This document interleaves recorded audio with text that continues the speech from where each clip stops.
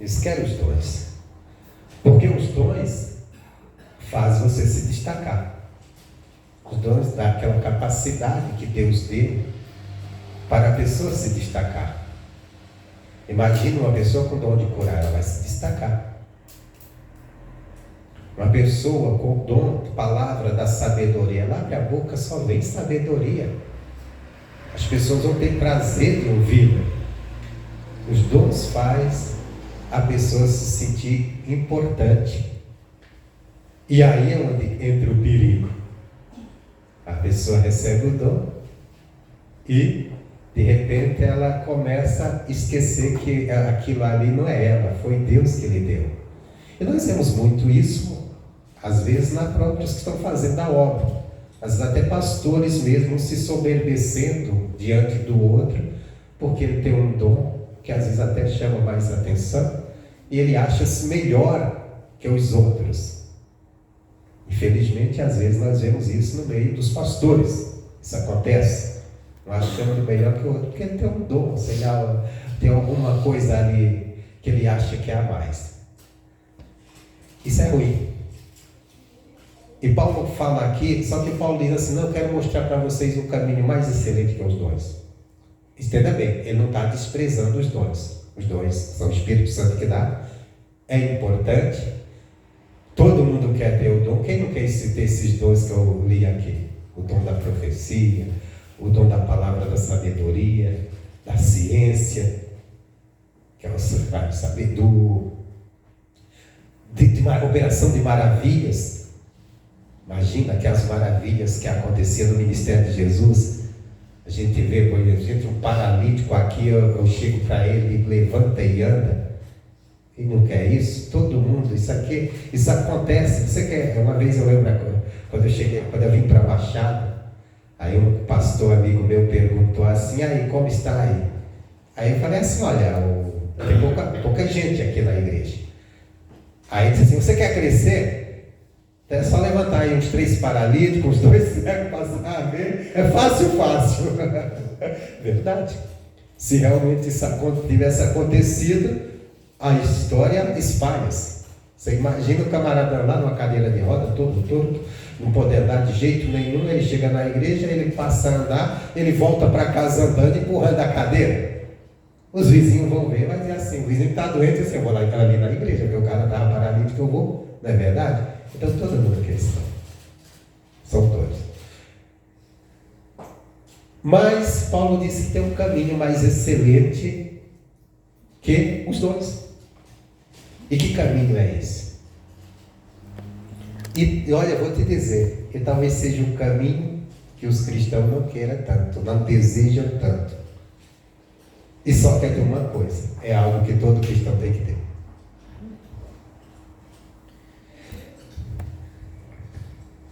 Então, e vos mostrarei um caminho ainda mais excelente. Aí o capítulo 3 ele começa: ainda que eu falasse a línguas dos homens e dos anjos, e não tivesse amor, seria como metal que soa, ou como sino que tine. Qual é o caminho mais excelente? O amor. Esse é o caminho mais excelente. E ele diz: ainda que eu falasse as línguas dos homens, quer dizer, todos os idiomas falados, ou parte deles, os idiomas que os homens falam, e até uma língua irreconhecível humanamente, língua dos anjos. Ele disse: ainda que eu tivesse essa capacidade tão grande, que Deus me desse toda essa capacidade, se não tivesse amor, isso nada valeria. Seria como o sino que tinha. Sem aquela questão, só serve mesmo hoje para as igrejas. Antigamente se usava em outros lugares chamar o povo, né? Só para isso. Ele não tem. Você vê todo som, ou todo instrumento de som, você pode tocar uma música. Tira o som, é delém, só aquilo, só soa mesmo, faz barulho. Se você estiver longe, tocar um sino, você vai dizer: tem uma igreja ali. Se você morar perto daquele todo dia, aquele barulheiro, aquilo vai incomodar. Vai incomodar, porque é um barulho que não tem uma musicalidade. É só aquele barulho, é só barulho mesmo. E ainda que tivesse o dom de profecia, e conhecesse todos os mistérios da ciência, e ainda que tivesse toda a fé, de maneira tal que transportasse os montes, e não tivesse amor, nada seria. Olha que coisa. Quer dizer, imagina uma fé, como ele diz, a fé que transporta os montes, que faz coisas extraordinárias. O que conhecesse todos os mistérios de Deus, quer dizer, eu conheço tudo de Deus, eu sei de tudo. Ninguém tem esse conhecimento todo. Ele disse, mas se não tivesse amor, isso de nada valeria. Ele está falando de pessoas de dons. E por que ele está falando muito de dons aqui? Porque essa igreja tinha dons. Essa igreja de Coríntios, ela tinha muitos problemas, mas também ela foi uma igreja muito alcançada por Deus. Coríntios era tão complicado que quando Paulo chegou em Coríntios, ele ficou com medo. Ele queria ir embora de lá. Aí Deus disse, não, você vai ficar nessa cidade, não temas esse povo, porque eu tenho muita gente aqui. E ele tinha essa igreja de Coríntios. E é uma igreja que depois você vai ver que é uma igreja cheia de dons, mas é uma igreja cheia de intrigas, é uma igreja cheia de pecado, é uma igreja que os irmãos se acham melhor que os outros, que os irmãos ficam disputando lugar. Uma vez ele estava numa discussão, eu sou de Paulo, eu sou de Apolo, tipo, eu sou melhor porque eu fui do outro pregador, apegado ao pregador e não a Deus. Tem uma hora que Paulo puxa a orelha deles, que tinha pessoas ali que não estavam tendo controle, ordem no culto, porque cada um queria aparecer mais, justamente com os dons. E o camarada falava em línguas, então aqui comigo é só línguas, e você não vai ter o outro, eu sou profeta. Ele disse, não, os profetas controlam-se, ele controla seu espírito. Quando eu falar, o outro cala-se. O Paulo teve que fazer, então quer dizer, havia um ego neles, havia orgulho, e havia pecado, a ponto que tinha um camarada que estava lá, dormindo com a sua madrasta. E Paulo censura isso, e os outros não estavam muito incomodados com isso. Então, apesar que é uma igreja que Deus alcançou com tanto carinho, com tanto amor, falou para Paulo, você vai ficar aqui, eu tenho muita gente aqui nessa cidade, você não precisa ter medo que eu vou te guardar. Porque Paulo ficou com medo, porque Coríntios era uma cidade, dizem, que era uma cidade industrial, onde vinha gente de tudo que era lugar. Ali existia uma parte acima da cidade, a parte mais elevada, que lá tinha um templo de uma deusa, que era a deusa da prostituição, né? Na verdade, eles falaram do amor, não tinha nada de amor ali. Ali tinha prostitutas e prostitutos cultuais, pessoas se prostituíam, levando para um lado, como se fosse um religioso. Tinha essas coisas, então tinha muita coisa errada dentro de Coríntios. E quando Paulo viu tudo aquilo, ele temeu. E Deus disse, não, você fica aqui, você vai pregar. Eu tenho muita gente. E levantou uma igreja. Essa igreja que era uma igreja, e Deus distribuiu dons ali para essa igreja, mas era uma igreja que era problemática, dado também a situação que eles já viviam, né? E essa igreja começou em alguns pontos, você vai lendo toda a carta, você vê que em alguns pontos, Paulo começa a carta lá aos amados, aos santos da igreja, que aceitaram Cristo, e depois ele começa a malhar, mas como é que os caras, ele chama de santo no início, depois começa a mostrar os pecados do povo. Porque não é porque as pessoas, o que santifica o ser humano é a fé em Cristo Jesus. Santo quer dizer separado. No dia que ele aceitou Jesus, ele se tornou santo, separado para Deus. Só que o camarada ainda está na vida, está cometendo erros. Então precisa agora da santificação, de andar em santidade.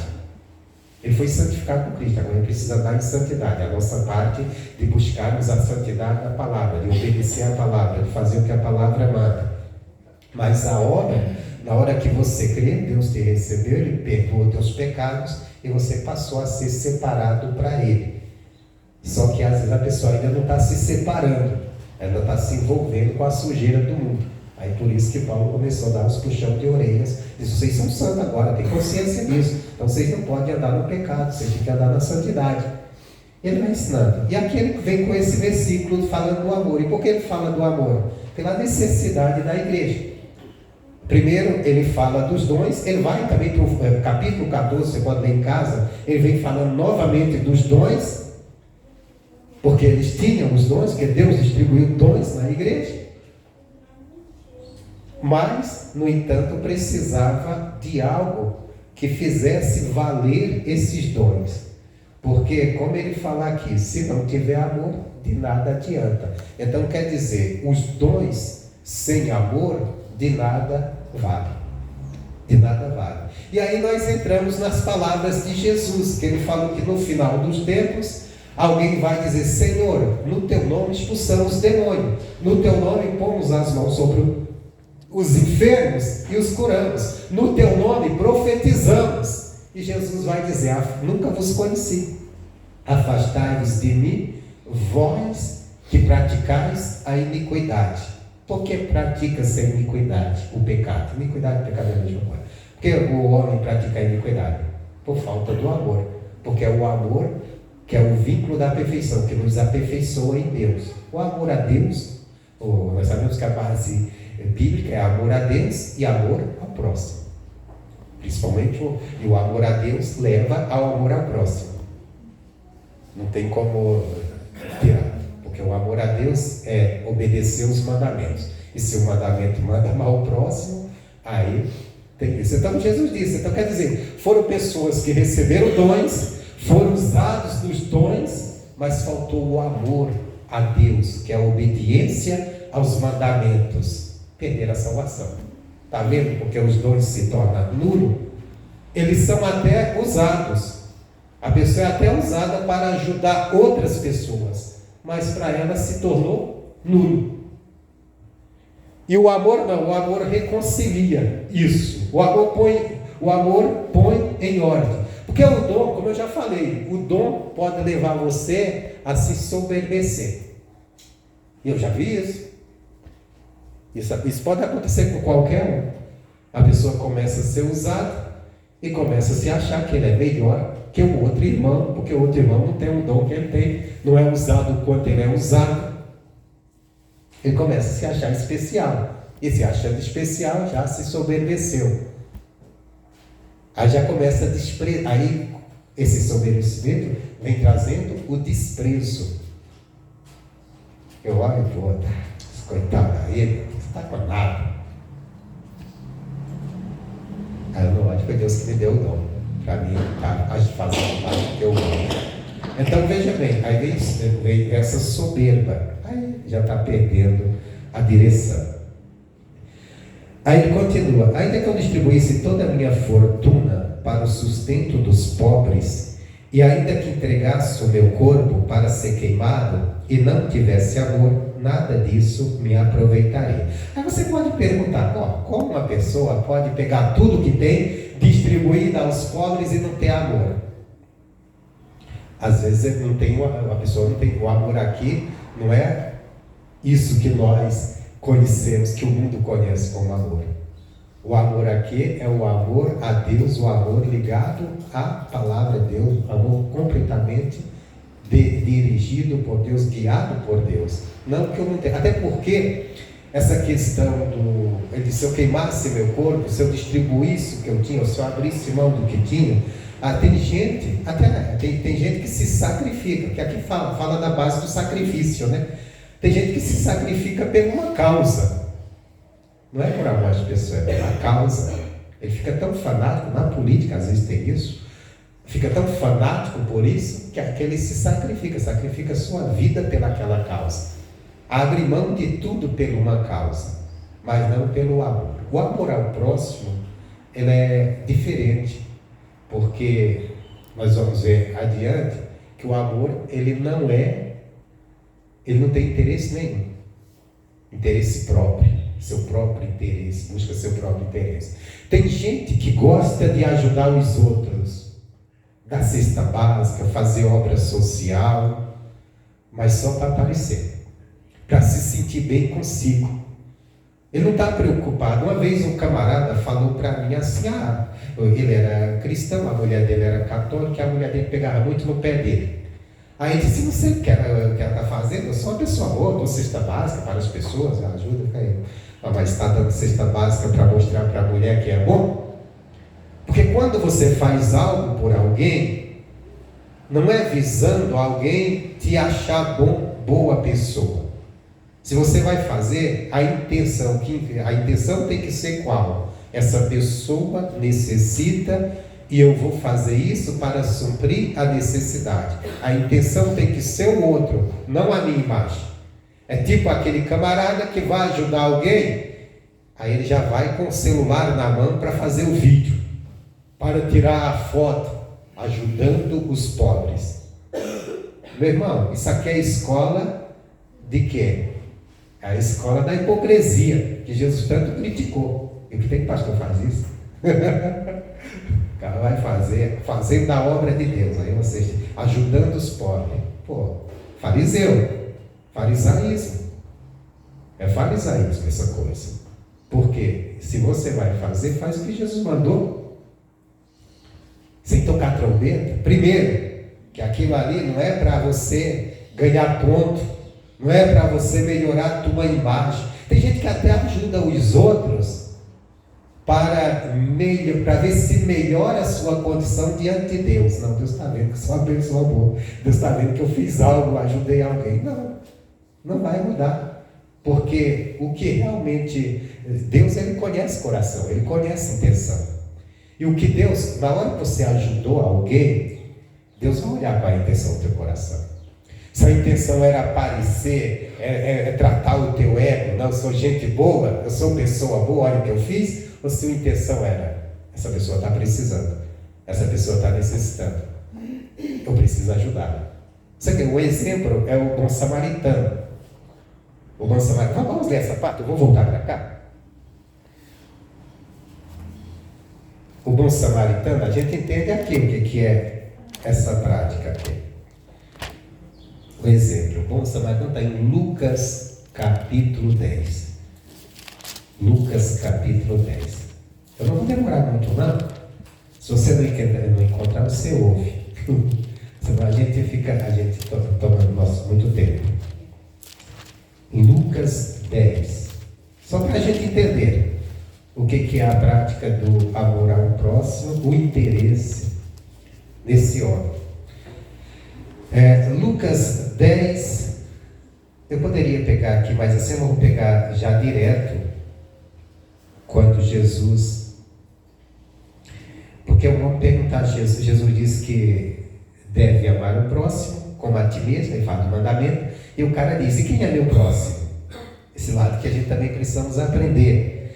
Versículo 30 diz, e respondendo Jesus disse, desci um homem de Jerusalém para Jericó, e caiu nas mãos dos salteadores, os quais o despojaram, e o espancando se retiraram, deixando o meio morto. Então aquele homem estava descendo de Jerusalém, com certeza tinha ido adorar, e quando ele estava voltando, ali uns bandidos pegaram ele, salteadores assaltantes, né? E pegaram, espancaram ele, tomaram ele, deixaram ele meio morto. Versículo 31. E ocasionalmente descia pelo mesmo caminho certo sacerdote, e vendo, passou de lá. Sacerdote. Vamos colocar isso no dia de hoje. Um pastor. Olhou, viu, com certeza disse, misericórdia, Deus, tem misericórdia. Foi embora. Religioso é mais ou menos isso, né? Tem misericórdia, Senhor.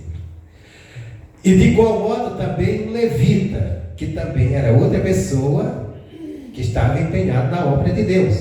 E chegando àquele lugar e vendo, passou de lá. Por que Jesus usa essas duas primeiras figuras? Porque eram figuras que ensinavam o povo, eram figuras codiciadas, eram figuras que estavam envolvidas com a obra de Deus. Mas eles passaram e viram e foi embora. Mas um samaritano que ia de viagem chegou ao pé dele. Só lembrando que os samaritanos para os judeus, Jesus está contando isso aqui para os judeus, os samaritanos eram a pessoa, quando eles queriam xingar alguém, diziam, tu és samaritano, tu tem demônio. Porque o samaritano é os pecadores, as pessoas desprezíveis para os judeus. Para os judeus, é assim. E de igual modo também, ou melhor, mas um samaritano que ia de viagem, chegou ao pé dele e vendo, moveu-se de íntima compaixão. Olha o que esse cara fez. Ele se moveu de íntima compaixão. Ele sentiu a dor do outro. Isso é o amor. Você sente, você ajuda, não é para aparecer, não é para ganhar ponto com ninguém. É porque você se compadeceu. Porque se tem uma qualidade de Deus, é que Ele é compassivo e Ele precisa encontrar isso em nós. Ele se compadeceu. Aí diz assim: e aproximando-os atou-lhe as feridas, aplicando-lhes azeite e vinho, e pondo sobre a sua cavalgadura, levou-o para uma estalagem e cuidou dele. E partindo ao outro dia, tirou 2 dinheiros e deu ao hospedeiro, e disse: cuida dele, e tudo que demais gastares eu te pagarei quando voltar.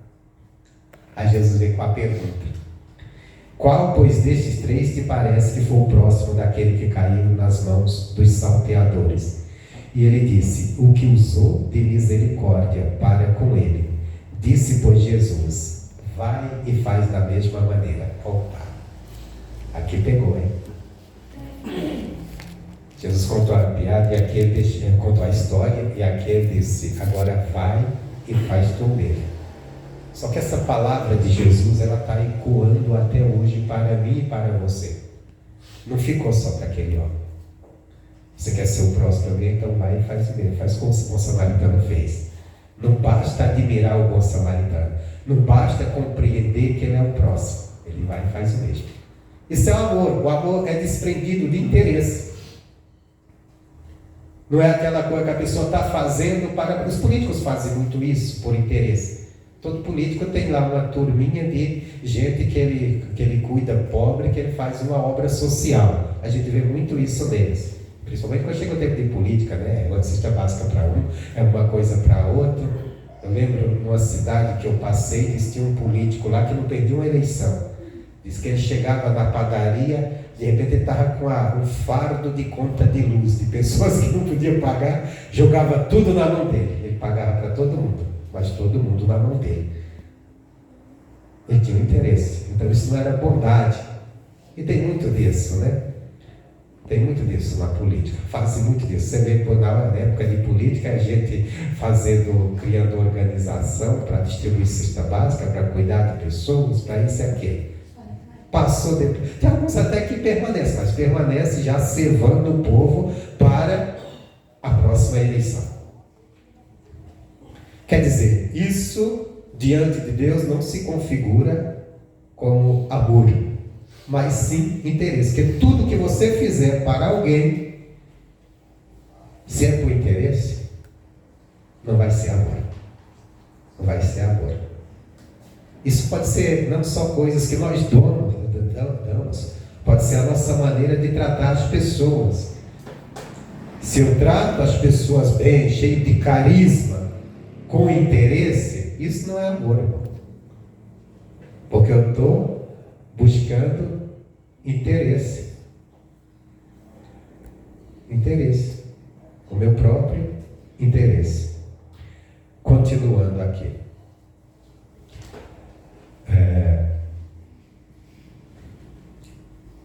Versículo 4. O amor é sofredor, é benigno. O amor não é invejoso. O amor não trata com leviandade, não se ensoberbece. Então o amor, esse sofredor quer dizer paciente. Paciente. Paulo, lá em Romanos, ele diz lá, a gente devemos ser paciente com os fracos, que era isso que faltava na igreja também aqui. É a paciência com aquele irmão que é fraco na fé. A pessoa que está sempre errando. Tem gente, por exemplo, que ele já dispensa logo. Não, camarada não quer nada com a vida. Quer dizer, não tem o cuidado deles. Não, o amor é paciente. Tanto é que é um dos mandamentos para o servo do Senhor. Como é que o servo do Senhor, ele seja paciente, sofredor. Essa palavra sofredor é paciente. Seja paciente. Paciente com quem? Paciente com o outro, com as falhas do outro. Por exemplo, a igreja de Coríntios tinha irmão que estava levando o outro a juízo. E Paulo disse: não, porque vocês não julgam isso aí dentro mesmo, ou não perdoa, sofre o dano. Isso é amor, né? Sofreu o dano. Ah, mas o outro foi injusto. Foi injusto? Só que aí Paulo disse assim: Lembre-se que os injustos não herdarão o reino dos céus. Então quem está sendo injusto também tome cuidado. Saia dessa situação. E quem está cometendo injustiça, porque não ama. Porque quem ama, busca o bem do outro, não o mal. Não é verdade? Então, o amor é sofredor e é benigno. Ele não faz o mal. Aí cai no caso daquele que está causando danos ao outro, a ponto que o outro levava ele para. Ele estava causando mal ao outro. Então, não havia benignidade. Então, não havia amor. Então, a igreja havia dons, pessoas com dons, mas sem amor. Quer dizer, ao mesmo tempo que o camarada... Por isso você não deve se enganar, porque uma pessoa está sendo muito usada por Deus. Não quer dizer que a vida dela é um clamor diante de Deus. O amor que coloca que faz o homem ser aperfeiçoado em Deus, não o dom. O dom Deus deu, a pessoa pode ser usada. E tanto é, volto lá às palavras de Jesus. Naquele dia me dirão, em teu nome expulsamos o demônio. Foram pessoas que foram bem usadas. Mas ele disse, eu nunca vos conheci. Então não adianta ficar criando. Por isso que eu não vou ficar admirado. Também você não tem que sair julgando ninguém. Você só tem, é cada um que tem que se cuidar. Como eu estou andando com Deus? Eu estou andando no amor a Deus. E amor, eu escrevi aqui a questão do amor. Assim, o amor, no pensamento do apóstolo, é uma atitude do coração e da mente e da vontade. Em outras palavras, ele atua na personalidade inteira do homem. Deve ser distinto do mesmo sentimento e naturalmente da afeição humana. Quer dizer, não é aquilo que a humanidade trata de amor com outra coisa, como é ordinariamente conhecido. O amor cristão é possível somente em quem vive no poder de Cristo, habitando no íntimo do seu ser. Se Cristo estiver habitando no íntimo do nosso ser, aí nós podemos praticar o amor cristão. O amor do mundo não é não, porque o amor do mundo é cheio de... Aliás, o mundo nem conhece o amor. O mundo trata um relacionamento de paixão, ou de vontade, de desejo como amor. Até que o cara sai do pecado e diz que fez amor. Na verdade, ele cometeu foi pecado mesmo. Mas ele diz, não, é isso. As canções do mundo até falam muito disso. Mas voltando aqui. Versículo 5. Não se porta com indecência. Quer dizer, não é indecente o amor. Não age de uma maneira indecente. Não busca os seus interesses. Esse ponto que eu queria. O amor não busca os seus próprios interesses. Quer dizer, quem anda na prática do amor, ele não anda fazendo algo pelo que ele interessa. O interesse não é ele, não é seu próprio interesse. O interesse é a necessidade do outro, que nós já lemos no caso do bom samaritano. Aquele homem nem conhecia o outro, não sabia que ele era, mas se compadeceu do sofrimento daquela pessoa e fez algo por ele sem esperar nenhum reconhecimento. Porque diz que aquele homem estava de viagem. Então, se ele estava de viagem, ele estava até num ambiente desconhecido. Diferente daquela pessoa que quer mostrar para todo mundo, seus vizinhos, seus amigos, que ele é bom. E começa, ajudando aqui, dá uma coisinha ali. Tem gente que gosta muito disso, né? Só para se mostrar que é bonzinho. Assim, para todo mundo dizer, o fulano é gente boa. O fulano é gente boa. Voltando para o lado ministerial, pastores. Pastor que chega e vai dar uma cesta básica, tira uma foto, sai mostrando para tudo. Ele quer mostrar para a igreja que ele é bom, para a igreja, para as pessoas dizerem, olha, esse pastor é bom, vou para a igreja dele. Ele está com interesse aqui. Não interesse de ajudar a pessoa. Ele está se aproveitando de uma situação de necessidade para mostrar para as pessoas que ele é gente boa e que as pessoas podem segui-lo. Os políticos fazem muito isso. Eles pegam os pobres, falam sobre o pobre, dão uma migalha para o pobre e dizem, eu sou bonzinho, e o pobre fica lá na maior admiração. Na verdade, é tudo jogo de interesse.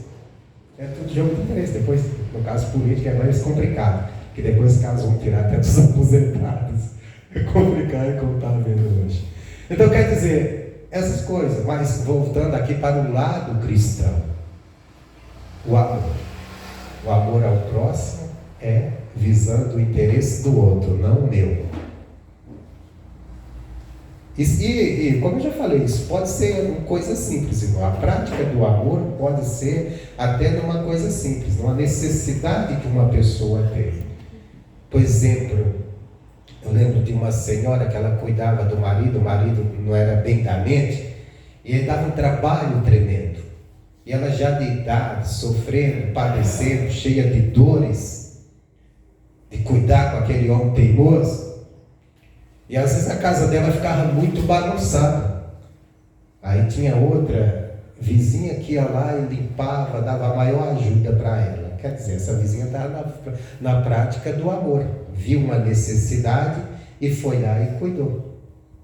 Porque o amor não precisa você sair distribuindo bens, riquezas com ninguém, ou isso ou aquilo. É quando você identifica a necessidade de alguém e você deixa teu interesse, como no caso dessa mulher, deixava a sua casa, que ela também tinha os seus filhos, seu marido, tinha que fazer suas coisas, seus afazeres, e ia ajudar a outra. Isso é uma prática de amor. Por interesse, ela não ganhava nada com isso. Nem saía tocando trombeta. Eu conheço a história porque sempre a pessoa visitava a pessoa e ela dizia: fulana veio aqui, fez isso, fez aquilo. E às vezes eu perguntava: você foi na casa do Fufu? Lá, pastor. Eu dava força. Era a gente da igreja. Então quer dizer, isso é a prática do amor. É quando você faz algo e não está interessado a ninguém ver a visibilidade de alguém, a ganhar um ponto naquilo. Quando você vê o camarada fazer um bem para alguém e correr para uma rede social e jogar uma foto, você pode saber, ali não tem amor, ali tem interesse. A pessoa, o interesse dela é próprio. Ela até ajudou a pessoa, mas ela tem o interesse de mostrar: eu sou boazinha, eu sou gente boa. Então já perdeu o ponto, já não está na prática do amor. Porque o amor ele não está buscando nenhum dos interesses. Então, não busca seus interesses e não se irrita, não suspeita mal. Não vive irritado. Aqui na igreja corintiana, essas briguinhas, que as discussões. Não folga com a injustiça, mas folga com a verdade. Quer dizer, não se alegra com a injustiça. Quando alguém é injustiçado, a gente tem que tomar cuidado, né? Porque às vezes tem segmentos na sociedade que é muito falhos. Só que de repente alguém aproveita o erro daquela pessoa e comete até uma injustiça com ela. E aí eu não gosto daquele segmento, daquela pessoa, aí começo a me alegrar. Ele diz: não, você se folga com a verdade. A verdade é a palavra de Deus. Quer dizer, se alegra com a palavra de Deus, não com a injustiça. Aliás, esse mundo é cheio de injustiça, né? Cheio de injustiça. E às vezes é até injustiça contra o próprio comete também. Porque não tem um justo um sequer nesse mundo. O único justo que pisou na terra foi Jesus. Sabe aquela coisa, quando o camarada fez algo errado, aí depois algo dá errado para ele, aí o cara diz: bem feito. Quer dizer, você está folgando com a injustiça. Nós temos que folgar com a verdade, com a palavra de Deus. Folgar quer dizer se alegrar, nos alegrarmos com a palavra de Deus. Então o amor, ele não folga com a injustiça. Tudo sofre, tudo crê, tudo espera, tudo suporta. Tudo por amor, amor a Deus, amor à palavra de Deus. Aí nós voltamos na vida dos profetas, o quanto aqueles homens não sofreram. Os apóstolos de Cristo, na pregação do Evangelho, eles sofreram, foram perseguidos, muitas vezes foram presos. Paulo foi apedrejado, sofreu, padeceu tudo, mas ele não recuou, não retrocedeu, continuou a caminhada. Entenda bem, por que estava sofrendo? Porque estava pregando o Evangelho para salvar aqueles que estavam perdidos. E aqueles que estavam perdidos estavam batendo nele, prendendo ele.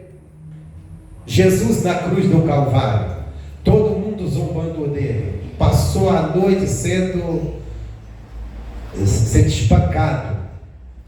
Está lá na cruz do Calvário morrendo, ele: Pai, perdoa-nos. Ele não estava cheio de ódio, não. Vocês não tem crente, a falta de amor você vê. Outro dia eu estava conversando com uma pessoa e estava falando de uma pessoa que causou dano.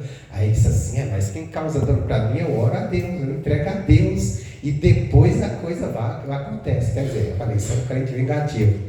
Esse camarada tem amor não. Se alguém cometeu algo, ele já vai buscar, porque ele está dizendo, não, porque a pessoa me afligiu, eu orei, aí depois a pessoa sofreu um dano, teve que vir me pedir perdão. E ele está alegre com isso. E eu falei assim: poxa, mas isso é vingança. Deus não está interessado na vingança, Deus está interessado, lógico, que alguém cometeu. Tiago estava sendo apedrejado. E ele disse assim: Senhor, não imputes o pecado a ele. Quer dizer, não põe na conta deles esse pecado. Não atribua a eles esse pecado. Isso é perdão, mesmo com seus acusadores. Só que o camarada me prejudicou, falou mal de mim. Mas lá na frente ele vai ver. Eu não vou me vingar, mas eu vou orar a Deus para que ele passe mal. O cara passa lá uma dificuldade, o cara diz: tá vendo? Foi por causa que mexeu comigo. E se alegra nisso. Isso prova que a pessoa não tem amor. Porque ela é um crente vingativo. Mas se Deus quiser, aí pronto, cabe a Deus, a vingança a Ele, não o meu desejo. O meu desejo mostra que eu não ando na prática do amor que Deus espera de mim. Qual que é o ensinamento? Orai pelos vossos inimigos. Não é verdade? Não desejo o mal dele, não desejo a destruição dele. Aliás, se o camarada te prejudicou, porque está pior que você. Então é da gente olhar e dizer: Deus, tem misericórdia dessa pessoa, que ela acorda, cai em si e não faça mais isso. Porque desse jeito ele vai parar no inferno. Vai mesmo, que o injusto não herdará o reino dos céus. Só que eu não posso. Nós temos que tomar cuidado para a gente, na injustiça do outro, nos tornar também injusto perante Deus. Então, ele diz assim: tudo sofre, tudo crê, tudo espera, tudo suporta. E suporta por quê, irmãos? Porque tem amor. O amor nunca falha, mas havendo profecias, serão aniquiladas, havendo línguas, cessarão, e havendo ciência, desaparecerá. Porque em parte conhecemos, em parte profetizamos. Mas quando vier o que é perfeito, então o que é em parte será aniquilado. Presta atenção. O que é perfeito? O que é perfeito que está para vir? Jesus. Quando ele vir, tudo será aniquilado. Não vai precisar mais de profecias, não vai precisar mais dos dons de palavra de sabedoria, não vai precisar mais de nenhum dom. Os dons serão retirados. Veio Jesus, nós vamos conhecer Ele como Ele é, não precisa mais de revelação. Ele já se revelou.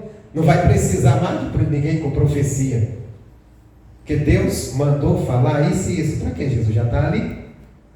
Então os dons, eles serão retirados. Não há mais necessidade. Mas o que permanece? Versículo 13. Agora, pois, permanecem a fé, a esperança e o amor. Estes três. Mas o maior deste é o amor. O amor não vai ser aniquilado. É o único. Por que ele não vai? E por que aqui Paulo falou tanto de amor para essa igreja? Antes ele tinha falado, como nós lemos no capítulo 12, dos dons. E a igreja de Coríntios tinha dons. Era um povo que estava cheio de dons. Só que eles estavam usando esses dons numa desordem, e alguns estavam se soberbecendo com esses dons. E para que isso fosse, que isso fosse, vamos dizer assim, fosse reorganizado, passasse verdadeiramente a ter o valor que tem os dons, pôr em ordem os dons, precisava do amor. Eles tinham os dons, mas estava faltando o amor. Aí sem o amor, eu tenho o dom. Aí começa a ser usado, aí vem a soberba. Eu acho que sou melhor que o outro que não tem aquele dom. O dom te capacita. E com capacidade, você faz coisas extraordinárias. E aí é onde está o perigo se não existir. O amor não. O amor põe em ordem tudo e os dons funcionam perfeitamente.